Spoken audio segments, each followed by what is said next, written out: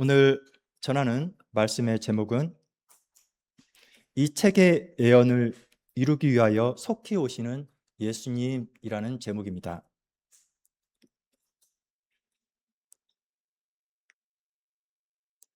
예수님께서 십자가에 죽으시고 장사 지낸 지 사흘 만에 다시 살아나시고 제자들에게 보이시고 그리고 승천하시어 하나님 보좌 우편에 앉아 계신 지 불과 얼마 안 되어 몇십 년이 되었을까? 사도들을 통하여 예수님의 구원 사역에 대한 사실들은 온 땅에 두루 퍼졌습니다. 말씀과 성령의 역사는 왕성하여서 복음을 듣고 회개하는 믿는 자들이 많이 각 지역에 생겼고 또한 그러므로 교회가 세워졌습니다. 하지만 바로 그러한 교회들 안에서 사탄의 역사도 아주 간교하고 치밀하게 너무나 위협적으로 나타났습니다. 그 영적 싸움은 그야말로 치열했습니다. 당시 소아시아 지역의 7교회의 상황들이 그것을 적나라하게 보여줬습니다. 말씀과 성령에 의해서 많은 교회들이 세워졌는데 요한계시록은 특별히 소아시아 지역의 7교회에 집중을 해서 우리들에게 그 당시의 교회가 어떠했는지 우리들에게 밝혀줍니다. 에베소 교회는 처음 사랑을 잃어버리고 어떠한 지경에 이르렀습니까? 금방이라도 그 촛대가 옮겨질 지경에 이르렀습니다. 서머나 교회가 있는 곳은 심지어 사탄의 회당이라고 불리우는 유대인의 자칭 유대인들이 그곳에 진을 치고 핍박을 가하고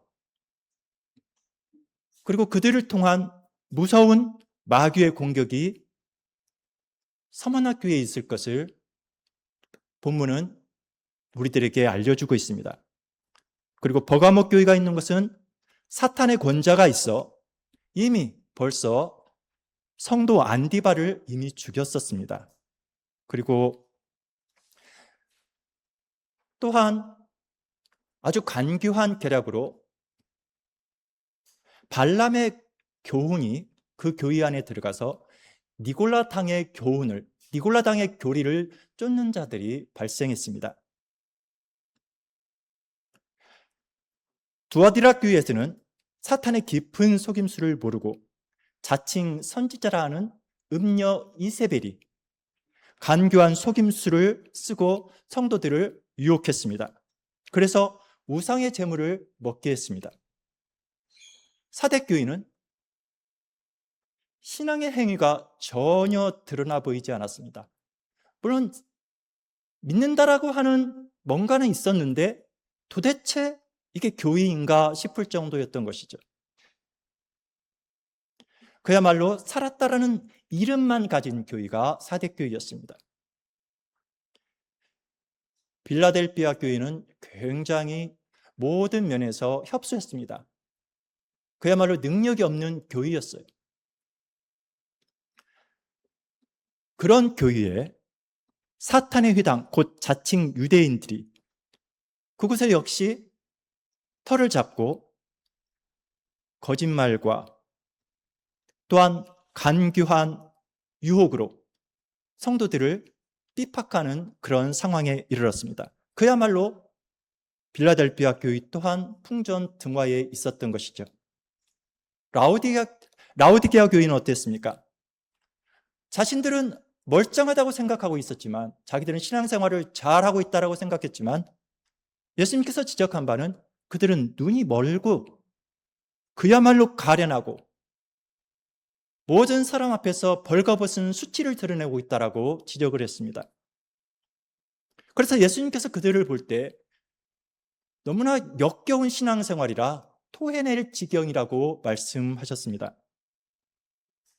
잘 먹고 잘 입고 잘 살 수만 있다면 하나님도 좋은 것이고 좋은 게 좋은 것이고 세상에 그 무엇도 잘 먹고 잘 살 수 있다라면 그것이 세상이 바라는 것이고 그것이 하나님이 주시는 복이라고 착각을 하고 그렇게 살았던 것입니다.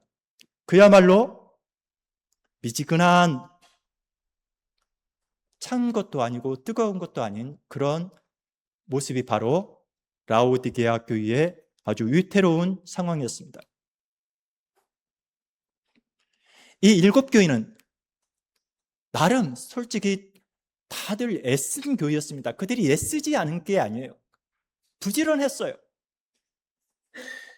그들 나름대로 여러 모양으로 행위도 있었고 수고와 인내도 있었고 열심히 교리 공부도 했습니다.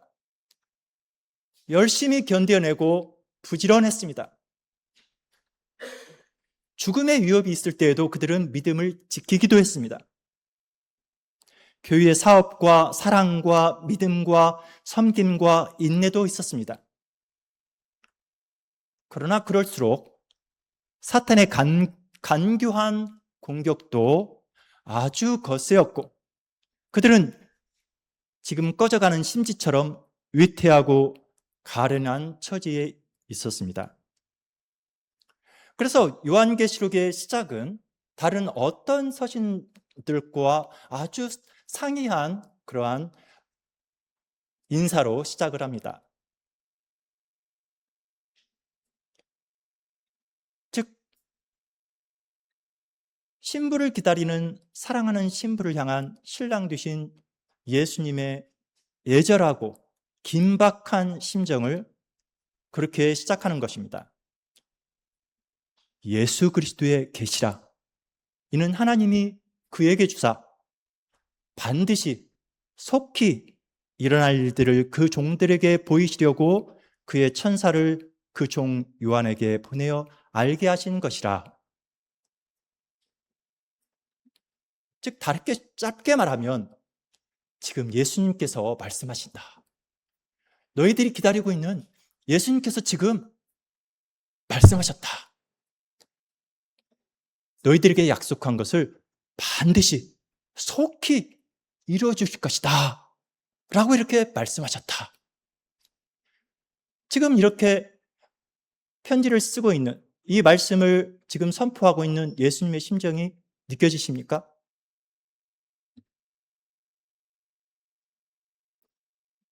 그런데 그 애절하고 긴박한 심정을 또 바로 오늘 우리가 읽은 요한계시록 끝부분에서 오늘 본문 22장 6절에서 동일하게 표현하고 있습니다. 또 그가 내게 말하기를 이 말은 신실하고 참된지라 주 곧 선지자들의 영의 하나님이 그의 종들에게 반드시 속히 되어질 일을 보이시려고 그의 천사를 보내셨도다. 제일 앞부분에서 그 말씀을 하시더니 또 제일 마지막 부분에서 똑같은 말씀을 하십니다. 너희들 참으로 애쓰고 있지. 사랑하는 내 백성아, 내가 지금 너희들에게 말씀한다. 내가 속히 올 것이다. 내가 너희들에게 약속한 것을 속히 이루어 줄 것이다.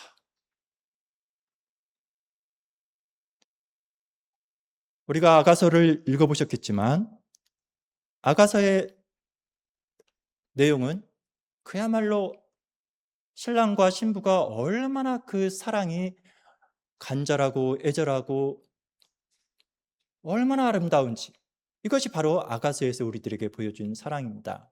그게 바로 예수 그리스도께서 지금 어떻게 보면 라오디게아 교회처럼 또는 사대 교회처럼 그야말로 역겹고 볼품없고 죽은 것 같은 그런 위태로운 신부 교회에게 예수님께서 그들을 버리시는 것이 아니라 그들을 향하여서 다시 한번 간곡한 애절한 사랑의 이야기를 전하고 있는 것입니다.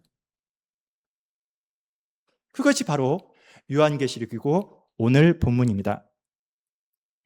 요한계시록은 아직 이루어지지 않은 장차 미래의 일이거나 단순히 예수님 재림 때 이루어지는 일들을 말씀하신 것이 아닙니다. 이 편지가 전해지고 불과 몇 년 안 뒤어 신속하게 일어날 일들, 말씀하신 대로 이미 속히 일어날 일들이며 우리에게 현실이 되는 역사를 말하고 있는 것입니다. 예수님은 요한계시록 전체에서 반드시 속히 되어질 일을 말씀하셨던 것입니다. 그리고 이제 그 일을 속히 오셔서 하신다고 약속하시는 것입니다.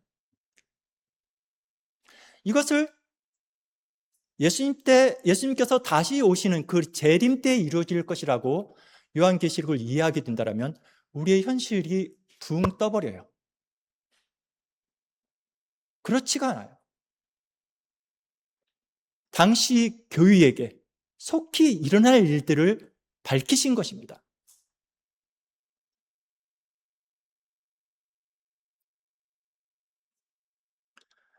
그래서 이 예언의 말씀을 읽고 듣고 그 가운데 기록한 것들을 지키는 자들이 되어야 합니다. 왜 그렇습니까? 주님께서 속히 오실 것이기 때문입니다.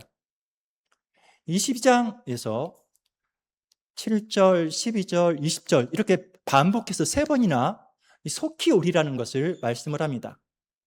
성경에서 특별히 요한계시록에서 3번이라는 것은 상징적인 의미이고 이것은 분명하고 확실하다라는 것을 보여주기 위해서 쓰는 표현입니다.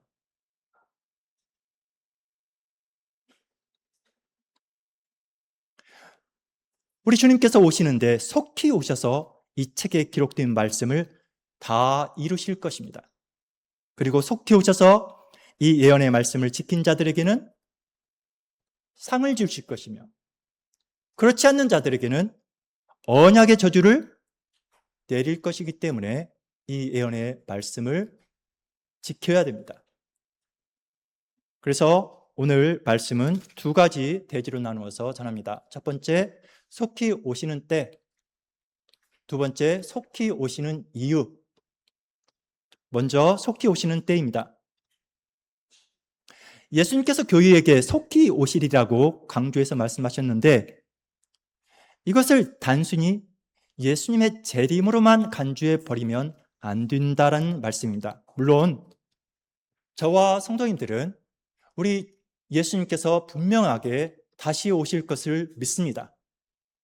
우리는 보편신경과 또한 개혁교회의 신앙 고백서들이 우리들에게 가르쳐준 대로 또한 우리의 신앙의 선배들이 그렇게 고백한 대로 우리도 예수님의 재림을 분명하게 확실하게 믿습니다. 아직 예수님의 재림은 아직 이루어지지 않았습니다. 예수님의 재림은 분명하게 있을 것입니다. 그러나 오늘 본문이 속히 오시리라고 하실 때 그것은 예수님의 재림만을 이야기하는 것이 아니라는 말씀입니다.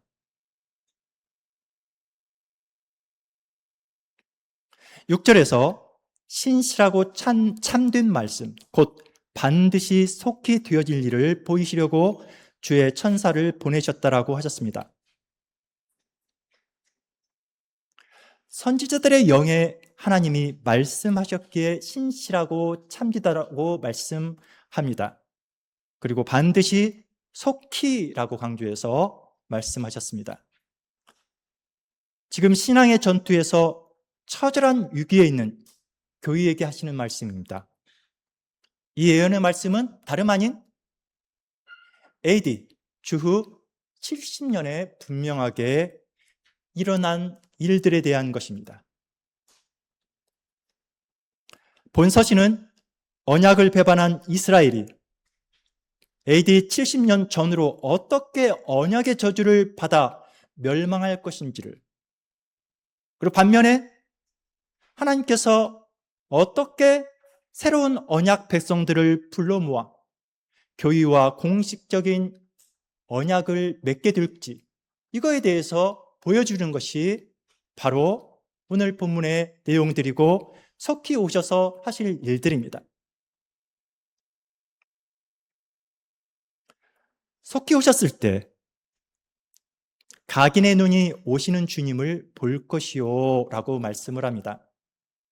그리고 예수님을 찌른 자들도 볼 것이라고 말씀하셨습니다. 그렇다면 찌른 자들은 누구를 말하겠습니까? 바로 유대인들이죠.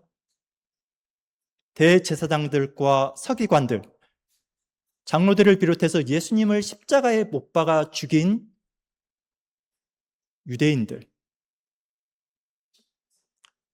그래서 그들은 예수님을 거절했습니다. 예수님을 거절함으로 야훼 하나님과 맺은 언약을 그들이 배반한 것입니다. 그 언약을 깨뜨렸어요, 그들이. 바로 그들을 심판하러 오신다라는 것입니다. 그래서 요한계시록에 세 가지 재앙이 나옵니다. 첫 번째, 6장에서 인재앙이 나오죠. 그리고 8장 9장에서 나팔재앙이 나오죠. 그리고 16장에서 대접재앙이 나옵니다. 요한계시록을 오해하시는 분들은 이것이 예수님께서 재림하실 때 그때 마지막에 일어날 일들이라고 생각을 하는데 그렇지 않아요. 그냥 오리라라고 말씀하신 것이 아니라 속히 오리라라고 말씀하신 것은 바로 그 당시에 일어날 일에 대해서 말씀하시는 것입니다.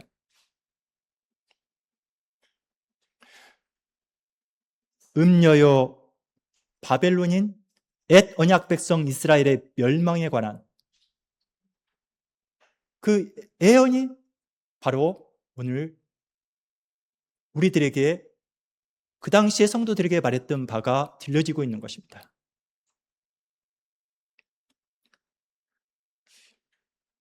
우리 신앙의 삶이 그러하듯이 신앙에 대한 미혹과 핍박은 항상 쉬지 않고 우리 앞에 놓여 있습니다. 예수님께서 승천하시고 AD 70년에 예루살렘이 멸망하기까지 교회를 향한 수많은 미혹과 유혹과 핍박이 있었습니다. 그래서 요한계시록은 땅의 짐승 그리고 바다 짐승을 표현했습니다. 땅의 짐승은 누구죠? 바로 유대인, 이스라엘, 사내들인 공의원들. 바다 짐승은 헬라인, 로마인들, 이방인들을 가리켰죠. 온 세상이 교회를 향하여서 핍박을 했습니다. 그들은 감당할 수 없는 미혹과 핍박으로 교회를 공격했습니다. 그래서 그들에게 예수님을 기다리고 예수님께서 속히 오셔서 약속을 이루어 줄 것이니까 기다리고 이기라는 것입니다. 인내하고 기다리라는 것입니다. 그래서 쓰여진 것입니다. 이제 우리가 잘 아는 네로 황제가 있죠. 네로 황제는 54년 10월부터 해가지고 68년까지 로마를 통제했습니다. 근데 로마에 대화재가 있었죠. 미친 네로가 너무나 일찍 황제가 돼서 그랬는지 그가 16세에 황제가 됐다고 하죠.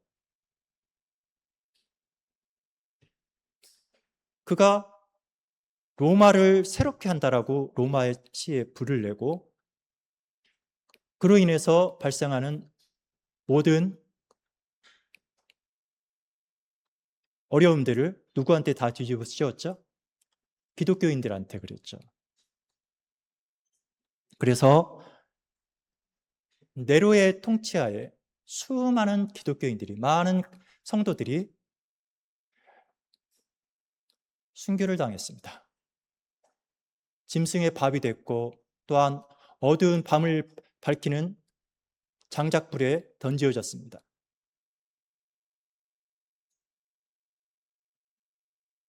바로 그러한 일들이 있기 전에 예수님께서는 그러한 모든 것들을 대비하라고 하시는 것이죠. 예수님께서 그들에게 이 말씀을 전달할 때에는 너무나 애절하고 긴박한 것이었습니다.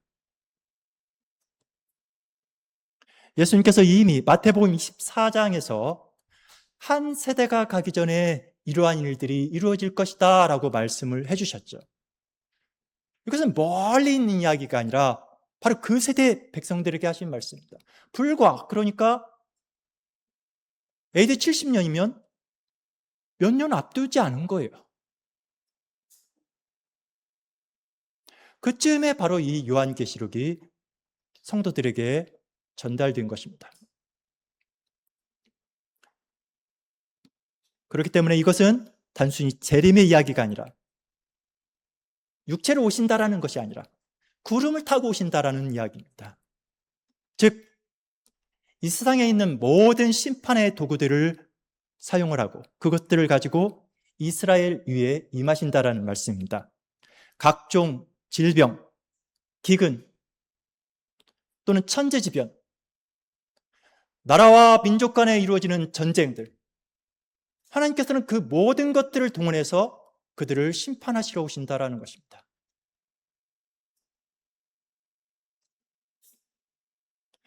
그런데 지금 그렇다면 오늘 주요한 내용이 예수님께서 속히 오시리라는 지금 내용인데, 그때 AD 70년에 이미 이루어진 것이라면 과거사인데 그것이 우리들에게 어떠한 상관이 있습니까? 그렇게 생각하실 것입니다. 물론 분명히 주님은 하늘로 올라가신 모습 그대로 육신의 몸을 가지고 이 세상에 다시 오실 것입니다. 예수님의 재림이죠. 분명합니다. 그러나 본문은 다시 오리라 이렇게 말씀하신 것이 아닙니다. 속히 오리라 이렇게 말씀하셨다 이 말이죠. 곧 오신다라는 말입니다. 두 교회를 향하여서 특별히 이 언급을 했습니다. 처음 사랑을 잃어버려 초태가 옮겨질 위기에 처한 에베소 교회나 발람의 교훈, 즉 니골라당의 교리를 따르는 자들이 있던 이 버가모 교회에게 내가 속히 임하여 내 입의 검으로 싸우리라 라고 하셨습니다. 이게 무슨 말씀이신가요? 언약의 심판을 하러 오신다라는 것이죠. 예수님께서는 언약의 축복과 언약의 복과 언약의 저주를 이루시기 위해서 교회를 방문하십니다. 언제라도 예수님께서는 그렇게 하시는 분이십니다. 그것이 구름을 타고 오신다라는 표현이에요. 그래서 우리가 내가 속히 오리라 하는 이 말씀이 우리와 아무 상관이 없는 것이 아니에요. 주님은 언제든지 우리 교회에 예수님께서 재림하시기 이전이라도 우리에게 오신다라는 말씀입니다. 심지어 사대교회에게는 뭐라고 말씀하셨죠? 회개하라. 그렇지 않으면 내가 도적같이 임하겠다라고 하셨습니다. 그러하니 우리가 오늘 본문 말씀을 긴장하고 깨어서 듣고 회개해야 될 것입니다. 두 번째로 속히 오시는 이유입니다. 6절에서 말씀하신 바 속히 되어질 일을 이루기 위해서 예수님께서 속히 오셨습니다. 즉 예수 그리스도를 거절하고 죽이고 하나님과 맺은 언약을 배반한 유대인들에게 언약의 저주를 내리시기 위해서 오셨습니다. 그것이 바로 인재앙이요, 나팔재앙이요, 그리고 대접재앙이십니다. 이것을 내리기 위해서 오셨습니다.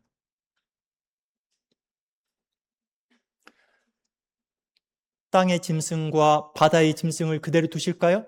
아니요. 그들을 또한 멸하시기 위해서 오셨습니다. 그리고 특히 땅의 짐승과 그 짐승의 우상으로 전락한 예루살렘의 성전을 멸하시러 오셨습니다. 또한 음녀 바벨론 성이 되어서 만국을 미혹한 예루살렘, 즉 이스라엘을 파멸시키기 위해서 오셨습니다. 그러므로 옛 언약 백성 중심으로 조성된 처음 하늘과 처음 땅이 완전히 지나가게 하시는 것입니다. 처음 땅과 처음 하늘이 지나가면 21장에서 하늘을 보니 뭐가 내려왔죠? 새 하늘과 새 땅이 내려오는 것을 보게 되는 것이죠.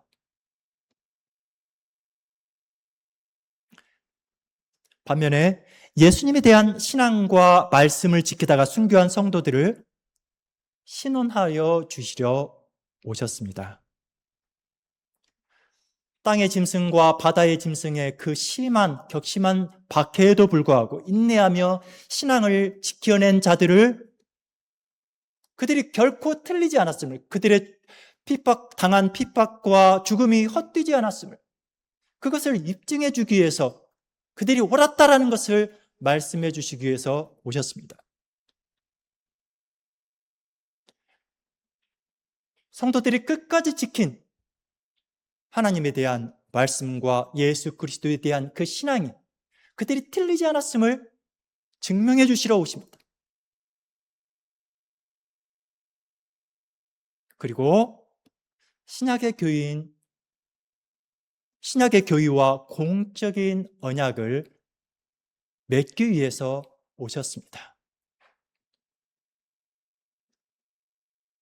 나아가 복음의 말씀으로 온 세상을 정복하여 새로운 언약의 백성들을 모으기 위해서 오셨습니다. 그리고 또한 새 언약 교회를 당신의 복된 천년 통치에 참여시키려고 오셨습니다. 새 하늘과 새 땅을 창조하시기 위해서 오셨습니다. 곧 하나님의 영광이 빛나는 영광스러운 새 언약의 교회를 건설하기 위해 오신다라는 말씀입니다. 그렇게 약속을 하시고 또한 오신 것이죠. 더 깊이 들어가 보면 22장 7절에서 보라 내가 속히 오리니 이 두루마리의 예언의 말씀을 지키는 자는 복이 있으리라 하더라. 근데 이 말씀은 1장 3절에서도 언급이 된 말씀이에요. 이 예언의 말씀을 읽는 자와 듣는 자와 그 가운데 거룩한 것을 지키는 자는 복이 있다라고 하셨습니다. 이 예언의 말씀을 지키는 자들에게 뭘 주신다고요? 복을 주신다라고요.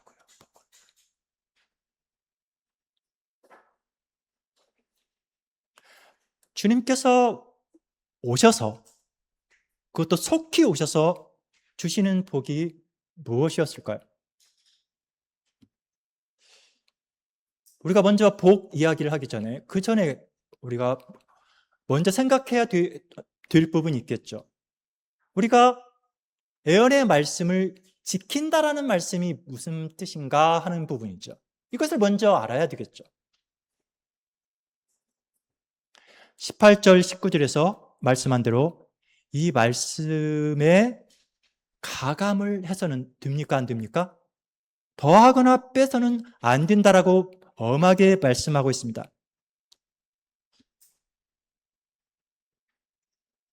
가감한다라는 것은 거기에 믿지 않음으로 이거는 아니지. 그래 이건 그래. 이건 좀 이해가 돼. 이것은 이해가 되지 않아서 이거는 좀 달리 말한 것일 거야. 꼭 이렇게만 되는 것은 아니지. 세상에 도리도 있고 또한 세상에 살아가는 방식도 있고 세상 사람들에게 접근하는 방법도 있고 그런 것이지. 그래서 자기 나름대로 성경을 대하는 사람들, 세상의 가치관으로 성경을 대하는 사람들, 예수님이 하신 말씀을 그대로 받아들이지 못하는 사람들. 이들이 바로 이 예언의 말씀을 가감하는 자들입니다.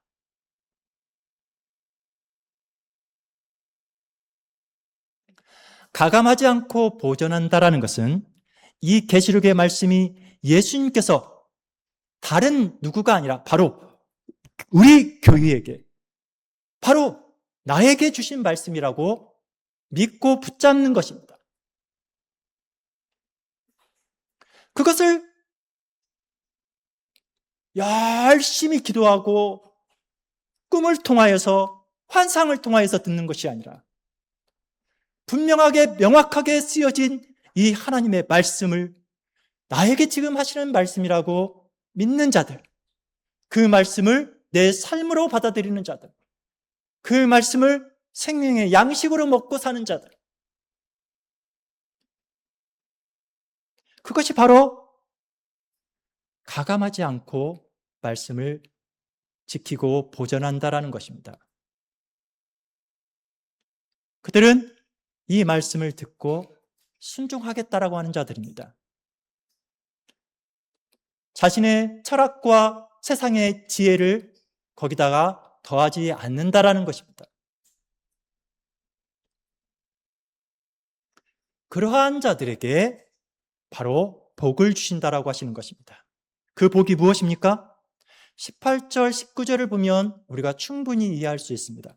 내가 이 두루마리 예언의 말씀을 듣는 모든 사람에게 증언하노니 만일 누구든지 이것들 위에 더하면 하나님이 이 두루마리에 기록된 재앙들을 그에게 더하실 것이요.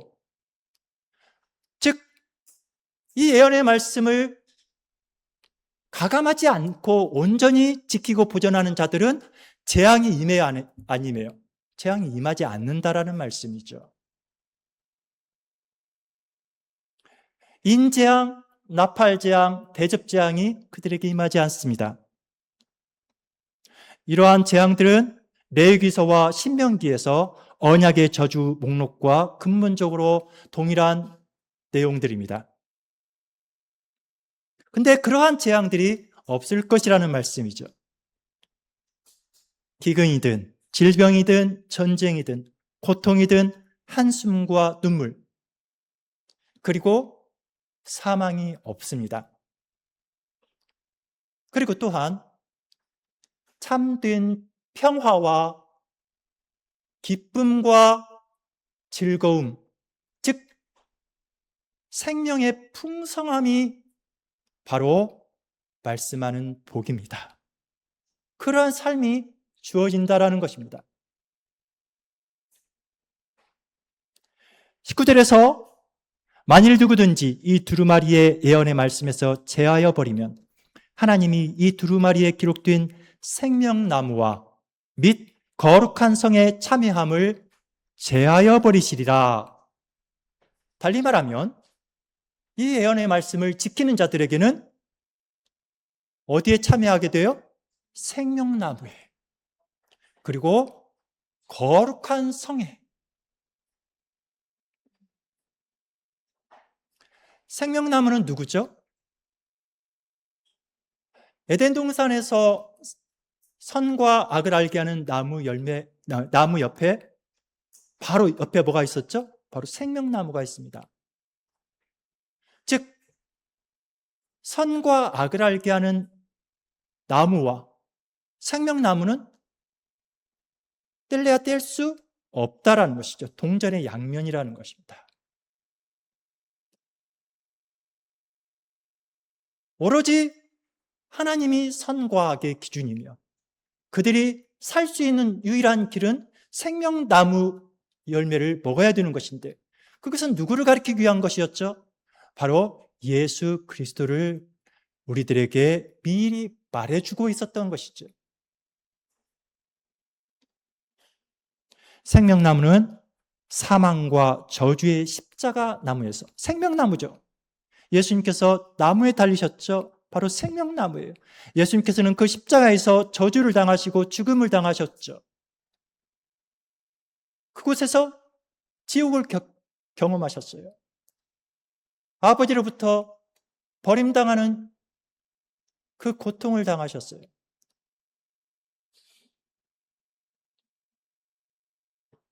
그 나무는 저주의 나무였습니다. 그러나 또한 그 나무는 생명나무였습니다. 그 나무에 매달린 예수 그리스도의 죽으심이 바로 나의 죽음이라는 것, 그의 저주가 바로 나의 저주라는 것, 이 모든 것을 믿는 자들에게 주는 바로 생명나무였습니다.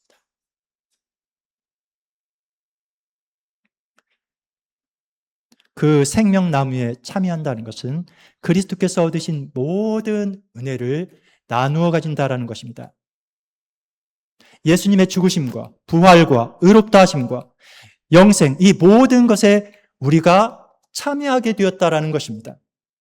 심지어 그분의 승천과 하나님 보좌 우편에 앉아 계심까지도 우리가 참여하게 됐다는 것입니다. 그렇게 우리에게 복이 임하여 우리의 죄가 도말되었고 하나님 앞에 의롭다함을 받고 새 생명을 얻고 그리스도와 함께 보좌에 앉아 왕노릇하게 되는 놀라운 복을 말하는 것입니다. 또한 19절에 이 예언의 말씀을 지키는 자들은 어디에 참여하죠? 거룩한 성에 참여한다라고, 그것이 바로 복이라고 말씀해주고 있습니다. 이 거룩한 성은 미래의 천국을 말하는 것입니까? 아니에요. 바로 지금 현재 천국 어디에 있죠? 교회요. 지금 현재의 천국이 바로 교회입니다. 이 지역 교회에 참여하여 교회의 회원으로 살아가는 것이 진정한 복입니다. 예수님께서 그렇게 말씀하셨습니다. 이것이 왜 복이 될까요? 이 거룩한 성 교회 안에 바로 하나님께서 장막을 치고 계십니다. 하나님께서 이 교회 안에 장막을 치고 계십니다. 그리고 언약하신 대로, 맹세코 언약하신 대로 내가 너의 하나님이 되어주고 내가 너와 함께하여 너를 내 백성으로 삼아주겠다. 그것이 현실이 된 것이 바로 교회입니다. 하나님께서 바로 이 교회 안에 성도들과 함께 사십니다. 믿는 자들은 하나님의 백성이 되고 하나님은 신자들과 함께 계시면서 그 눈에서 흘리는 모든 눈물을 씻어주고 계십니다. 이것은 미래 이야기가 아니에요. 다시 사망이 없습니다. 애통하는 것이나 곡하는 것이나 아픈 것이 다시 있지 않게 하십니다. 무슨 말씀입니까? 믿는 자들은 이미 첫째 부활에 참여한 자들이 되었다라는 말씀이죠. 사망에서 생명으로 옮기운 자들입니다. 우리들에게는 영원한 생명이 주어졌다라 이 말입니다. 그러하기 때문에 그 어떠한 것이라도 여기 아픈 것이나 애통해야 하는 것이 없다라고 했는데 지금 한무리교육교회 김보마 장모님은 지금 기부스를 하고 왔어요. 어떤 분은 오늘 아침에 교회 오기 전에 굉장히 속상한 마음으로 왔을 수도 있습니다. 직장에서 굉장히 안 좋은 일을 겪다가 오신 분도 계실 수 있어요. 또는 어떤 질병을 가지고 계시는 분도 있을 수 있죠. 그러나 여기에서 말씀하시는 것은 우리가 하이델베르크 제1문답에서 우리의 유일한 위로가 뭐죠? 나는 내 것이 아니라 예수 그리스도의 것이 됐다라는 말이에요. 예수 그리스도는 누구죠? 생명의 주인이셔요. 생명의 주인께 내가 속했다라는 말씀입니다. 그래서 우리들에게 일어난 그 어떤 일이라도, 심지어 머리카락 하나라도 땅에 떨어지는 것이 나를 사랑하시는 하늘아버지의 허락이 없이는 그것이 땅에 떨어질 수 있어요, 없어요? 없다라는 말씀입니다. 그러하므로 질병이든 공고든 그 어떠한 것도 아버지께서 우리를 사랑하심으로 우리의 양육을 위해서, 우리의 영원한 생명을 위해서, 영원한 구속을 위해서 진정한 생명을 누리도록 하게 하는 것이기 때문에 결코 애통함이나 공고함이나 아픈 것이나 우리 교회 안에 있을 수 없다라는 말씀입니다.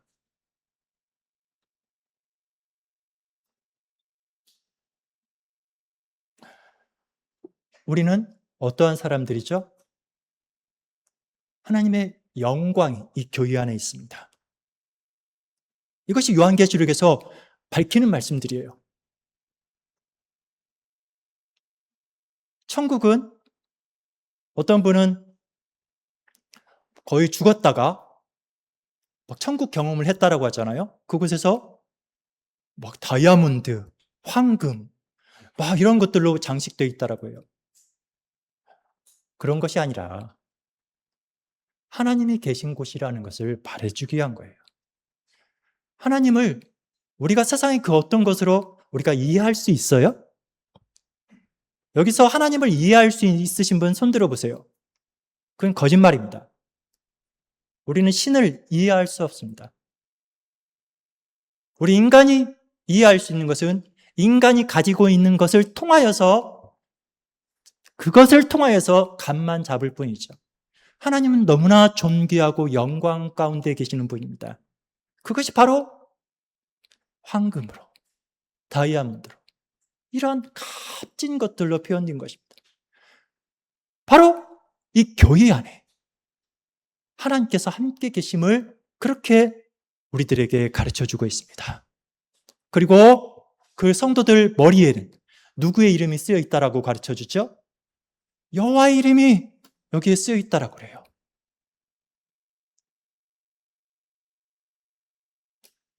우리를 보는 자는 누구를 봐요? 성도님이 성도님들을 서로 볼 때 각 개인으로 보는 것이 아니라 하나님의 임재 가운데 있는, 하나님의 역사 가운데 있는 성령께서 역사하는 사람으로 본다 이 말이죠. 성령이 충만하여서 성령께서 말씀으로 역사하는 귀한 생명으로 본다 이 말이죠. 우리는 그렇게 영광스러운 존재들입니다. 여호와의 이름이 우리 이마에 쓰여 있어서 하나님을 드러내는 사람들입니다. 하나님의 영광의 광채를 드러내는 사람들입니다. 이것이 바로 교회가 받은 복이라 이 말입니다. 이 예언의 말씀을 지키는 자들이 누리는 복입니다. 기억하십시오. 주님이 속히 오시는 이유가 무엇입니까? 요약하면 언약의 축복과 저주를 내리시러 오신다는 것입니다. 12절 말씀에 보라 내가 속히 오리니 내가 줄 상이 내게 있어 각 사람에게 그가 행한 대로 갚아주리라. 각 사람이 행한 것이 무엇입니까? 바로 이 예언의 말씀을 지키는 것입니다. 이 예언의 말씀을 지키는 자는 언약의 축복으로, 그렇지 않고 언약의 말씀을 허투루 듣고 말씀을 가감하여 자기 생각이나 세상의 가치관으로 혼합하는 자에게는 언약의 저주를 내리기 위해서 속히 오십니다. 주님은 여기서 단지 재림만을 말씀하시는 것이 아니라 언약의 축복과 저주를 시행하시러 언제나 우리 교회를 방문하신다는 말씀입니다. 주님은 반드시 오셔서 이 예언의 말씀을 지킨 자, 언약의 말씀을 지킨 자, 그 두루마리를 깨끗하게 빤 자들에게는 복을 주실 것인데 생명나무에 들어가며 문들을 통하여 성에 들어갈 권세를 얻을 것입니다. 그런데 15절에 개들이 나와요. 개들과 음행하는 자들. 이런 자들은 들어가지 못한다라고요. 그들은 누구죠? 예언의 말씀을 지키지 않는 자들을 가리키는 것입니다. 보통 이방인 당시에는 이방인들을 가리켜 사용되기도 했죠. 아주 혐오스럽고 불쾌감을 주는 표현입니다. 바울은 그리스도를 거절함으로써 언약을 배반한 유대인들을 개들이라고 불렀습니다. 하나님은 거룩한 것을 결코 개들에게 주지 않으신다라고 말씀하십니다. 오늘 본문 15절에서 개들은 오늘 현대에 있어서는 누구를 가리키는 것이 되겠습니까? 교회 안에 있으면서도 언약을 포기한 자들, 언약을 배반하는 자들입니다.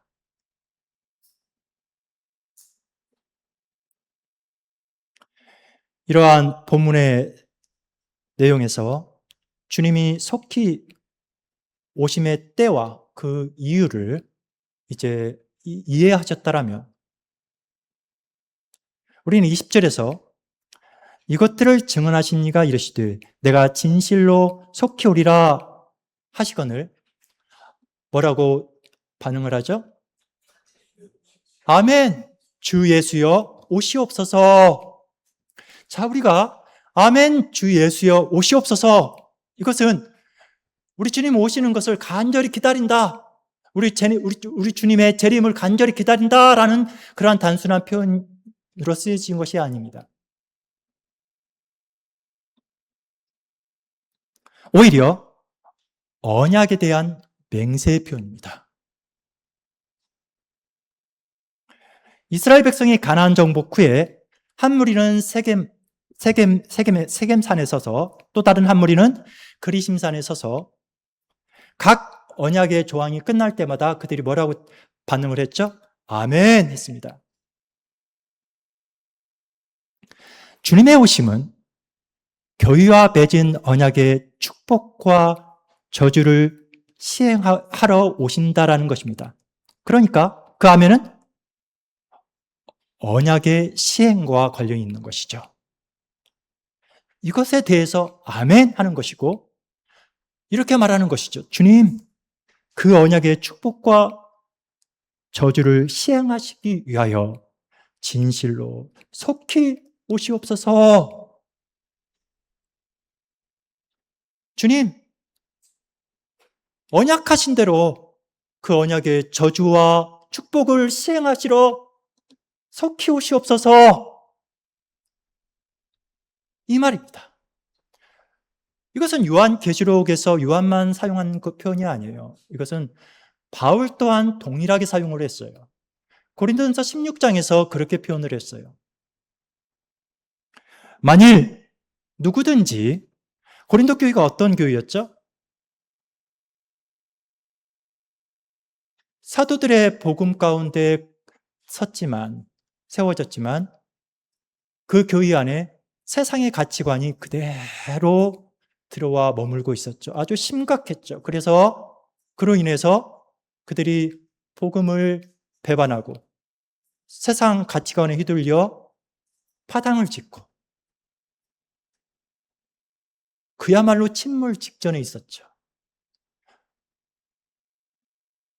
가장 안 좋은 그러한 그 당시에 그 타락한 그 모습을 표현할 때 고린도와 같다라고 표현을 하죠. 그만큼 고린도 교회가 아주 위태로운 상황에 처해 있었죠. 그들에게 바울 또한 편지를 써서 마지막 부분에서 다음과 같이 이야기를 하는 것입니다. 만일 누구든지 주를 사랑하지 아니하면 저주를 받을지어다. 그리고 끝난 게 아니에요. 우리 주여 오시옵소서. 우리 주여 오시옵소서. 우리들에게 언약하신 것을 시행하러 오시옵소서. 언약의 저주와 언약의 축복을 하시러 속히 오시옵소서라는 것입니다. 이것이 오늘날 저와 성도님들의 우리 주님의 언약에 대한 그 반응으로 우리가 함께 고백되어져야 되는 그러한 말씀이란 말입니다. 그렇게 우리도 매 주일 예배 때마다 언약의 10가지 말씀이 선포될 때마다 언약의 말씀을 해설하고 적용하는 설교를 들을 때마다 우리는 아멘, 주 예수여 오시옵소서 이렇게 반응해야 하는 것입니다.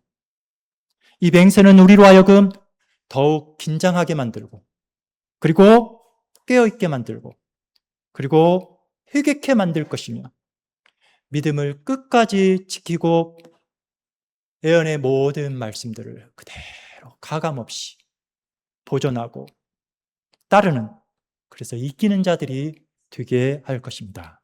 아멘.